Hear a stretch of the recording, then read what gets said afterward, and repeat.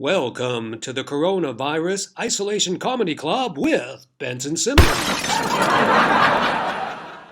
Hello and welcome back to the Corona Isolation Comedy Bar and Grill. So in isolation, right, we all have so much more time. So I don't know if you're like me, but I found myself actually going to my bookshelf to actually read one of the books on my bookshelf. So I found this book that was actually propping up the bookcase, and it's about the ancient mystics.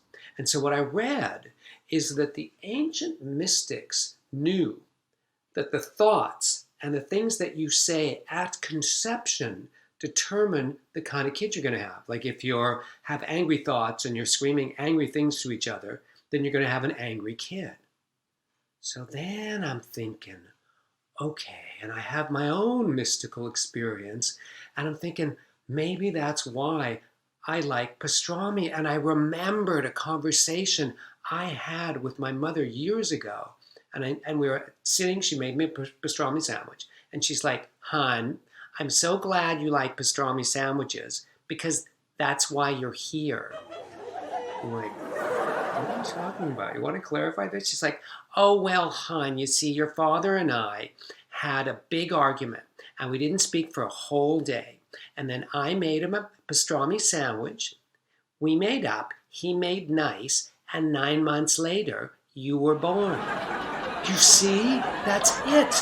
My parents were probably thinking about pastrami when they were having me, and that's why I love pastrami. And because I so love pastrami so much, they must have, as weird as it must sound, they must have been, well, this is what they must have been doing while they were conceiving me. They must have been going, oh, yeah, pastrami, ah. And that is why, yes, I love pastrami so much. So then I'm thinking, if it's all about what you're thinking and what you say at conception, it explains why there are so many people who believe, I mean, there's lots of atheists, right? But it explains why there's so many people that believe in the guy upstairs. Why? Because what do most of us do while we're having sex? It's like, oh God, oh God, oh God! Need I say more? So then I'm thinking, right? Now, it's not only, so if that's the case, then we can plan the kind of kids we have based on our thoughts and what we're going to say while we're having sex, right?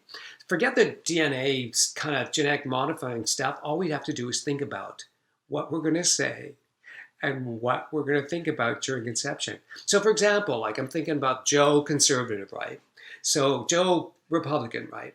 So Joe Republican wants to have a Republican child, of course. So what does he do during sex?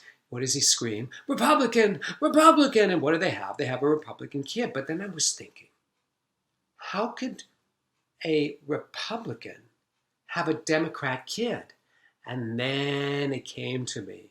See, they start off, Joe and Jolene Republican are getting all into it, right? And he starts off going, yeah, yeah, Republican. And then he's like, oh yeah, a little to the left. Oh yeah, that's good. A little to the left. Oh yeah, to the left, to the left. That's how he has a Democrat kid. Oh, now I know what you're thinking. Oh, I'm not going to do political humor, but I know what you're thinking is, what were Mr. and Mrs. Trump thinking when they conceived the Donalds? Now, all I can think of is that day, Mrs. Trump had a really bad hair day. And Mr. Trump came into the bedroom all sexy with this orange juice. So between the two of them, we were thinking, orange, bad hair, orange, bad hair. Yes, we get a president with bad orange hair, folks. Okay, that's it. So take care of yourselves, be kind to yourself and others, stay safe, stay healthy, and if you're going to have sex and potentially have a child, do not think of bad orange hair.